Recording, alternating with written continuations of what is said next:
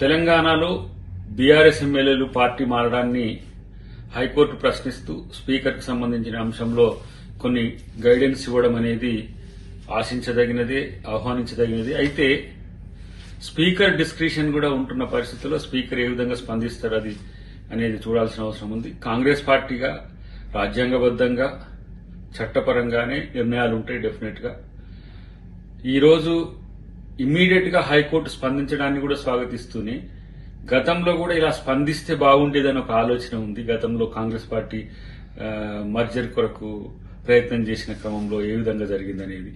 కానీ ఈ అంశం బీఆర్ఎస్ ఎమ్మెల్యేల పార్టీ మార్పు అనేది కేసీఆర్ వైఫల్యం నుంచే వస్తుందనేది తెలుసుకోవాల్సిన అవసరం ఉంది. అటు హరీష్ రావు ఒకవైపు, ఇటు కేటీఆర్ ఒకవైపు నాయకత్వ సమస్యలు వచ్చినాయి వాళ్లకు, ఆయన బయటికి రాకపోవడం కేసీఆర్ గారు, దానివల్లనే పార్టీ మీద నమ్మకం లేక పార్టీలు మారే పరిస్థితి వచ్చింది. గతంలో కూడా ఆ విధంగా ఒక్కరిని ఆ విధంగా చేసి సీఎల్పీని మర్జీ చేసుకునేంత వరకు ఆ రోజు హైకోర్టు ఆగకుండా ఉండుంటే తెలంగాణలో ఈ పరిస్థితి వచ్చేది కాదు. తెలంగాణలో రాజకీయంగా ఇలాంటి అనెథికల్ ఇష్యూస్ జరగడం వెనుక కేసీఆర్ పాత్రే ముఖ్యంగా ఉండడం మీద ఆలోచించాల్సిన అవసరం ఉంది. రేపు స్పీకర్ గారు గాని కాంగ్రెస్ పార్టీ గాని హైకోర్టు పరిధిని అటు రాజ్యాంగ పరిధిని దాటకుంటూనే వివరించే అవకాశం ఉంటుందని చెప్పి మాత్రం చెప్పదలుచుకున్నాం.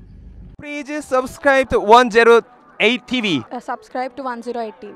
Please subscribe to 108 TV channel. Please subscribe to 108 channel. Please subscribe to 108 channel. 108 TV ki. Please subscribe to 108 channel. Please subscribe to 108 TV. Please subscribe to 108 TV.